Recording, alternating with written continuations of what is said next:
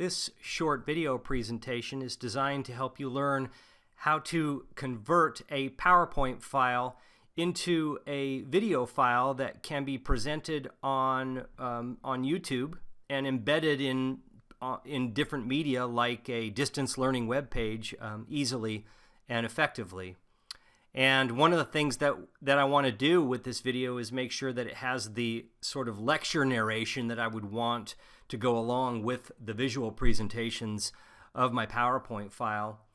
And there are really 3 steps involved in this once you've created your PowerPoint file, and that is step 1, to add the narration to it. Step 2 is to save it as a video file right from PowerPoint, and then step 3 is to upload it to YouTube. So I'm just going to quickly and easily demonstrate for you how you can do this. And so, as I mentioned, I have a PowerPoint file here that I created on the topic of instructional graphics. It's about a dozen slides or so, a good number of slides for my 1-hour lecture, I suppose. And so what I want to do is first add the narration, the lecture content, to my presentation. But before I do that, I want to point out something really quick, and that is that the best aspect ratio format for your PowerPoint presentation in order to be in good high definition on YouTube is using the widescreen format. And the way you check that, or the way you set it, is in the Design tab of PowerPoint. I'll go over to the slide size and you'll notice you have 2 options, standard and widescreen, and I selected widescreen.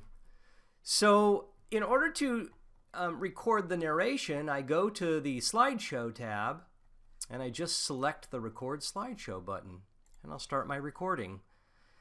And once I start talking on this screen, I will be narrating over the introductory slide right here. If I had written any notes for this slide, they would show up in the little space over to the right. In this version of PowerPoint, it kind of has a very nice record PowerPoint sort of feature or options, and that is to have my main slide on the left along with the upcoming slide over on the right, so that I could, out of the corner of my eye, just be reminded of what's coming up and make my verbal transitions that much smoother. And then it also presents the notes. Those won't be shown when the PowerPoint is converted to video, but I could even write out the entire script of my narration if I want to. Another thing I want to point out is that if you select a highlighting tool, like in this case the pen, then that will also be recorded in the video. So there you go.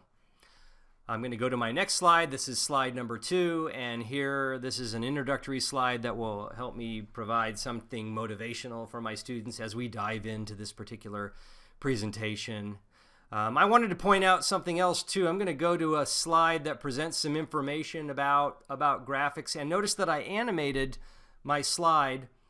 And I did that in PowerPoint. It's a super easy thing to do, and you have likely animated some of your features on PowerPoint if you use it long enough. And those animations show up when you convert this to a video. So that is a really great feature, and it really adds some production value to your cheap video. So I am actually going to pretend that I'm done narrating my video now, and here I am back in PowerPoint.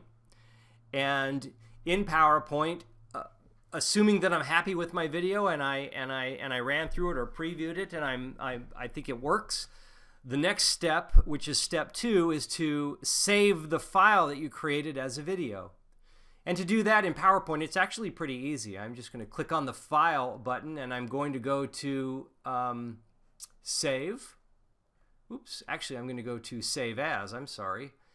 And I'm going to select a video, and in this case I want to select MPEG-4. That's the standard file that YouTube really likes to use now. And I'm going to save it on this PC. I can click on more options if I want to, and have some other options show up, but I'm going to cancel out of that. I'm just going to click on Save, and you'll notice that down at the very bottom of your slide down here on a little tiny window it says Creating Video Instructional Graphics.mp4. So here it is creating it, and if it's a large video file with lots of narration, this could actually take quite some time. I chose to use a giant monitor and screen capture my entire presentation at very high resolution, and so it's going to take a little while for this to happen. You'll notice that the bar is just starting to move across the line here. When it gets to the end, then my MP4 will have been created. So I'm going to stop this video now, and then I'm going to come back to it as soon as the video has been created. Okay, we're back. So my PowerPoint saved as a video file, as an MP4 file. And now the third step in this process is simply to upload it to YouTube. So I am going to go to YouTube. Here I am in my web browser, and I logged into YouTube. If you don't have a YouTube account, you just need to create one with your Gmail account, or to be honest with you, it's already created for you. It's another one of the Google products now. I'm going to click on my channel here so I can see all the videos that I have that I'm either uploaded recently or have copied from other places. This is my channel. I've got one for each of my classes that I teach. And I'm going to upload a video by selecting the upload button, which is in the upper right hand corner. I go to select files to upload, and I am going to click on, let's see, I know right where it is. I should have had it up when I started. Go to my ID tools, instructional graphics, and here is my video file. I located it, and I can start describing it. And you do need to write some kind of a description. This video demonstrates how to upload a video. Ooh, actually, it demonstrates how to create a video from PowerPoint. My goodness, lots of typos while I look up and down at the same time. I keep it there. Tags, for now I'll just write education, but I'll probably edit it later if I use this in as part of a how-to somewhere else. Notice that it is still uploading up there, 28%. And I would give it a more descriptive title than instructional graphics. I would call this, well, I'll just type demo for now. But it's important to give your title something very descriptive. Now, I'm not going to wait for it to be all the way uploaded into YouTube, but suffice to say, I'm going to click the publish button, and it will publish it as soon as it's done uploading, and then it will deliver for you a URL. And to be honest with you, it happened so fast you probably didn't see it, but on the lower left-hand side beneath the video, it told me what the URL was going to be, what the address was going to be for that. So, in fact, just to demonstrate that for you, I'll open up my notepad, and I will. Oh, I thought it copied it to my notepad, but I guess it didn't. But that is okay. I'll go to my video manager, and perhaps the address will be there now. It's amazing how much faster this is now than it was just a year ago.